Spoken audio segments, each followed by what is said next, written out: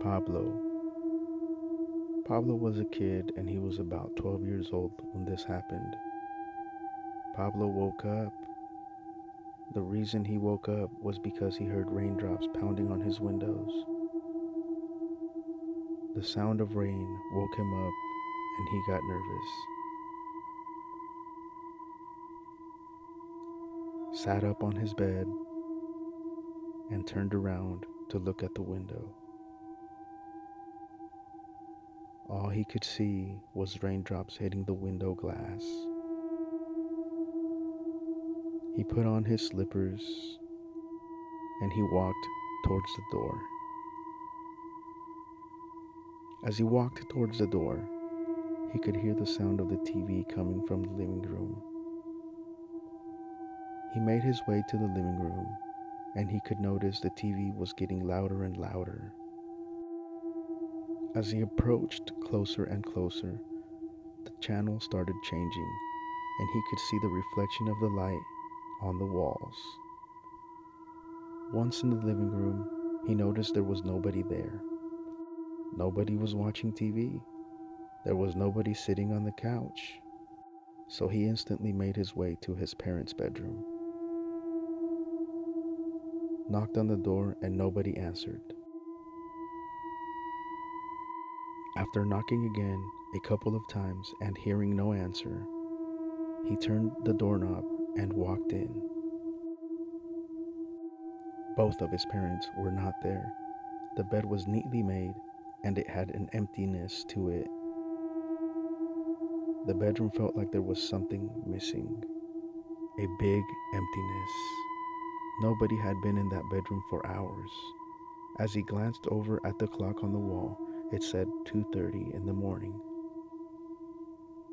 He'd been asleep for a few hours, so maybe, just maybe, they went out for a night trip. He thought maybe they went out to buy presents because Christmas was approaching. He was baffled. His parents had never left him alone, especially in the middle of the night. He made his way over to the garage, where he noticed that the cars were both still parked, where they initially had been parked the evening before, when they had gotten back from the pizza factory. Back towards the kitchen, empty plates, empty pizza boxes on the table. They had previously eaten some delicious pizza, but now only the traces were left behind. But still baffled by the whole confusion of the situation, Pablo didn't understand what was going on, so he immediately went back to his bedroom and started looking out the window. Maybe somebody was outside. Maybe his parents had gone for a midnight stroll in the middle of the night. Who knows? He didn't have any idea yet. He made his way back to the kitchen and picked up the phone hanging from the wall. He dialed his mother's phone number first. Oddly enough, the message on the machine was, "This number is no longer in service." He thought that was pretty odd, so he dialed his dad's number, and he got the same exact message. "This number is no longer in service." Thinking that he had dialed both numbers incorrectly, he immediately dialed his mother's number again. "This number has been disconnected," said the machine. So he tried his dad's number one more time. "This number has also been disconnected," is all that he heard. Because of the storm, he decided he was going to wait it out in his bedroom instead. So he crawled up in his bed and he waited and waited and waited. Pablo couldn't go back to sleep that whole night. Around 6:30 in the morning, the rain finally let up and he could see daylight breaking through the sky. The rain was still dripping down the windows, but the rain had stopped. He could smell the moisture in the air when he opened up his window, looked out to see if there was any sign of his parents, but the driveway was empty.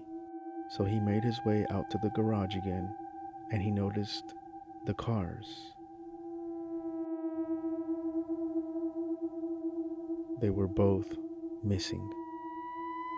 He ran to his parents' bedroom and he could see there was an empty bedroom with no furniture, not even a bed, not even a desk, not even a lamp, not even a light bulb in the ceiling lamp. As he made his way back to the living room, he noticed that the TV was gone, the couches were gone, the furniture was completely vanished. He walked out of there and ran into the kitchen. The pizza boxes were gone, the dining table was gone, everything was gone. As he started looking around the house, he noticed everything was gone, including his toys that were left all around the house previously. He ran back into his room and he noticed that his room had everything in there that originally was there. From the beginning, nothing was missing. His toys were right where they were. His homework was where he left it. His bed was in the same place he had walked out. So what could be going on? Pablo had stayed awake for the majority of the night, but he didn't hear any movement outside of his room. He didn't hear the furniture being moved. He didn't hear the cars coming on. And he didn't hear the garage door open. Not a sound, only the rain beating on his windows. Strangely enough, he was sitting in a bedroom all by himself, with an empty house all around him. And now, not even a phone that he could use to call anybody.